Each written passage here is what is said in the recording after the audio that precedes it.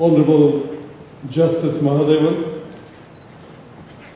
Mr. Gopalaswamy, Mr. Rajan, Mr. Cherian, Mr. Uday Chandran, Mr. Ganeshan, above all, Mr. R. Balakrishnan.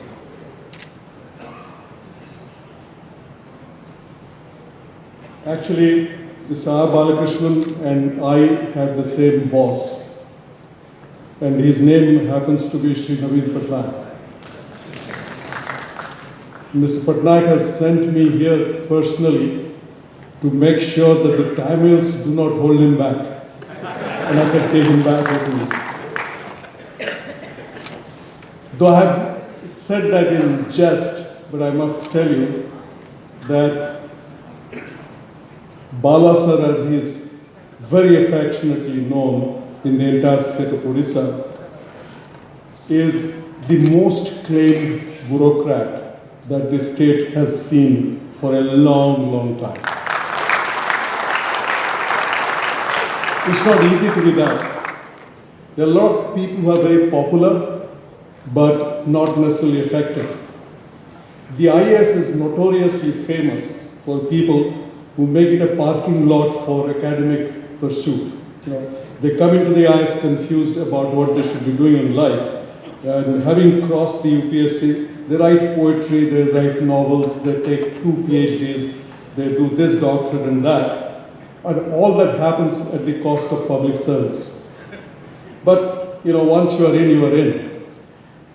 There are very few people like Bala sir here who spend a 24-hour day at office, move the needle, make the state visible and effective, and at the same time do what their heart tells them to do.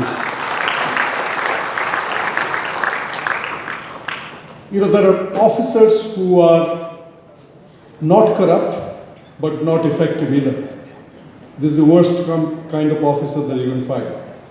You are useless. You're basically just riding a big blue whale. And then there are officers who are corrupt and effective.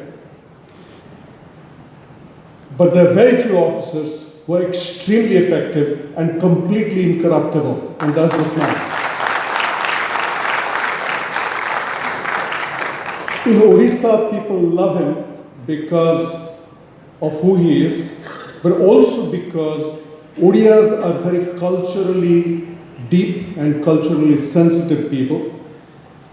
But one man who is not born in Odisha but brought up in Odisha is Bala sir, who they think, they defer to, and who they think that he is an authority on Odia art, literature and culture, and he knows more about it than 99% of intellectuals in Odisha know about their own art, literature and culture.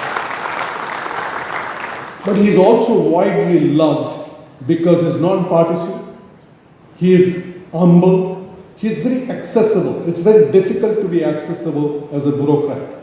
And many people in the bureaucracy think that the best way to be effective is to keep your distance. Don't make eye contact. This man makes eye contact.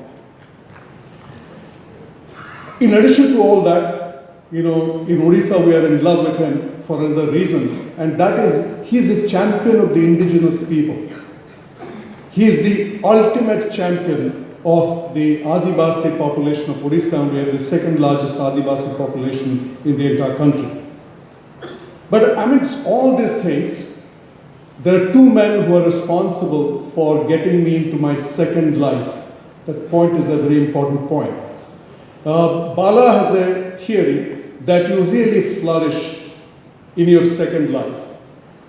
Before your death, if people will get together to remember you one last time, it is not because of your first life, it is because of your second life. That's his theory. So who gave me this second life? There are 2 people. One happens to be the audience, and I'm not embarrass him by naming him, and the other is Sri R. Balakrishnan, who basically said, if you can move the needle, come join the government. And that's that 1 rupee story that man very affectionately narrated. So this is Bala's second life. Yes, he's been a great bureaucrat. He's been a writer, he's been a romantic actually. He's both a mystic and a romantic. He's a die-hard romantic. And that's the reason that Sujata has been unstintingly supporting him. But in this book, actually, this is his climax. This is his magnum opus. And I hope that this is not the last magnum opus. So in this second life thing, in this second life theory, this book that he has written, at a surface level and at a depth level both, this is a book on Indus Valley and the Tamil Sangam, of course. And by the way, I have read the book. So I think I'm entitled to make a few comments here. This is a profusely well-researched but eminently well-written book. And at some level, it's a book about the Indus Valley and the Tamil Sangam, which he very poetically says is separated by 1400 kilometers and 1300 years. Two different things in time and space, but the relationship is the same. A distance of 1400 kilometers and a time hiatus of 1300 years. It's a fabulously told story. Fabulously told story. This book might be a book of somebody who is in love with history, love with archaeology, of course, anthropology, the sciences, the arts, the literature. But as I read the book, it felt like poetry. Anybody who loves poetry should read this book. It is how books should be written. And many times books are not read in our country because books make it so difficult for ordinary people. But this is no ordinarily told book. This book raises the narrative to poetry. And then it goes into philosophy. This book is not a book on archaeology and not just a book on history. It's a book on human philosophy, and I'll touch on that in a moment. But it's also a book on humanity. What does it mean to be human? Why a human being is a human being, and why it is important to ask that question as we stand in the middle of difficult times today. So it's a book written poetically, it's a book that touches philosophy, but it's a book that talks about being human. It's a book about humanity. This is a book on migration. And today India is burning because of migration. And this book talks about very interesting things. Why don't plants migrate the way human beings migrate? Plants migrate, but that's by seeding. The book quotes someone very eminent, says that a human being does not have roots, the human being has legs. That's why the human being moves from one place to another place. People migrate. And in olden times, the book talks about the fact that people used to travel only 16 miles in a year. That is how long it took to move. And imagine people moving from Mohenjo-daro and Harappa all the way to Madurai and to Tamil Nadu. How long did it take? What made those people to move?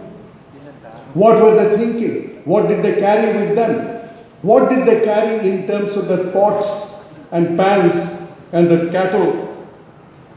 And what did they take as memories? This book is about memories. Memories of the past and memories of the future. I was delighted. I soaked in that book.